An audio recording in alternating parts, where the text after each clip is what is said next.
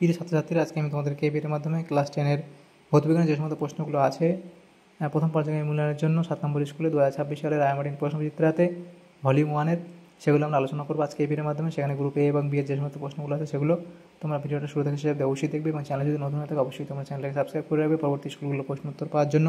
এবং এর আগে যে স্কুলগুলো ছিল সেগুলোর প্রশ্নোত্তর আমরা আলোচনা করে দিয়েছি, প্লেলিস্ট থেকে তোমরা পেয়ে যাবে, অবশ্যই সেই প্রশ্নোত্তরগুলো তোমরা দেখে নিও। আজকে আমরা এই যে 7 নম্বর স্কুল আলোচনা করব গ্রুপ এ এর প্রশ্নগুলো এবং বি। তো এই প্রশ্ন উত্তরের পিডিএফ তোমরা আমাদের টেলিগ্রাম চ্যানেল থেকে পেয়ে যাবে, পরবর্তীতে ডিসক্রিপশনে আমাদের টেলিগ্রাম চ্যানেল লিঙ্ক দেওয়া আছে, সেখান থেকে পেয়ে যাবে। তো একের দাগে বলা আছে সঠিক উত্তরটি নির্বাচন করে লেখো। 1.1-এর দাগে বলা আছে ওজোন স্তর ধ্বংস করে না। ওজোন স্তর ধ্বংস করে না কে?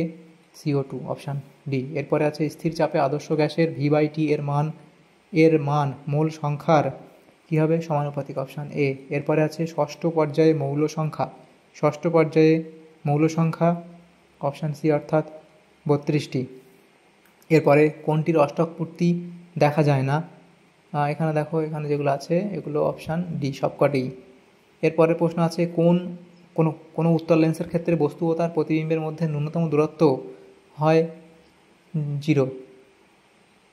এরপরে প্রশ্ন, অক্ষি লেন্স থেকে রেটিনা দূরত্ব ডি হলে স্বাভাবিক চোখের ক্ষেত্রে ফোকাস দৈর্ঘ্য এর সর্বোচ্চ মান হবে? ডি হবে, অপশান এ। এরপরে প্রশ্ন, সমতল দর্পণের ফোকাস দূরত্ব অসীম, অপশান বি। এরপরে গ্রুপ বি এর যে প্রশ্নগুলো আছে দেখো, 2 দাগের প্রশ্ন, নিচের প্রশ্নগুলির নির্দেশ অনুযায়ী অতি সংক্ষিপ্ত উত্তর লেখো। বিকল্প প্রশ্নগুলি লক্ষণীয়।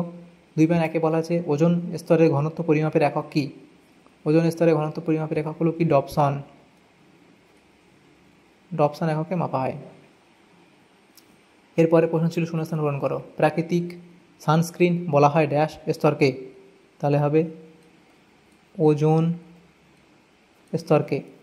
এরপরে প্রশ্ন, বায়ুমণ্ডলের কোন স্তরে মেরুজ্যোতি দেখা যায়? তাহলে হবে আয়নোস্ফিয়ার। মেরুজ্যোতি কোথায় দেখা যায়?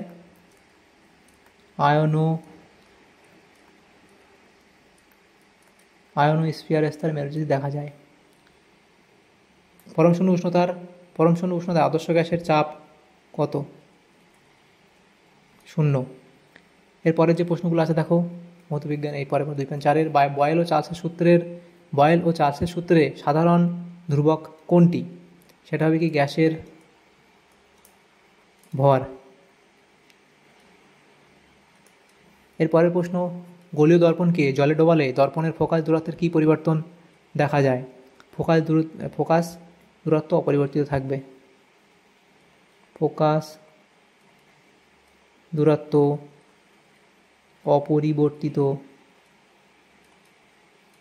অপরিবর্তিত থাকবে। এরপরে আছে ক্যামেরায় গঠিত প্রতিবিম্ব কীরূপ হয়? উল্টো ও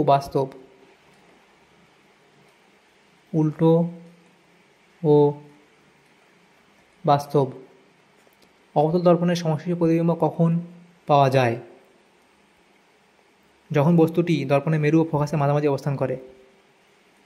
যখন বস্তুটি দর্পণের মেরু ও ফোকাসের মাঝখানে অবস্থান করে। এরপরে শূন্যস্থান পূরণ করো। আলোর তরঙ্গদৈর্ঘ্য কম হলে বিক্ষেপণ ড্যাশ হবে? আলোর তরঙ্গদৈর্ঘ্য কম হলে কী বলা আছে? বিক্ষেপণ ড্যাশ হবে। তাহলে কি হবে? বিক্ষেপণ কী হবে? বেশি হবে। এরপরের প্রশ্ন, ক্ষার ধাতুগুলির মধ্যে কোন মৌলটি তড়িৎ ধনাত্মকতা সবচেয়ে কম? সেটা হলো লিথিয়াম।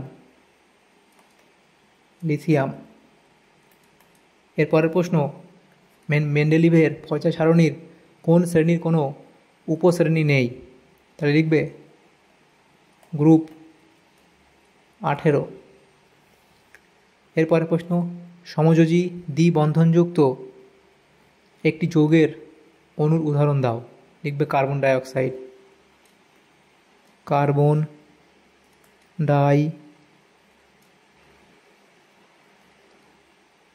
Oxide CO2। তাহলে আমাদের এখানে এই সমস্ত প্রশ্নগুলো ছিল ক্লাস 10-এর 7 নম্বর স্কুলের যে প্রশ্নগুলো ছিল ভৌতবিজ্ঞানের গ্রুপ এ এবং বি এর মধ্যে, সেগুলো আলোচনা করলাম আজকে আমরা এই ভিডিওর মাধ্যমে।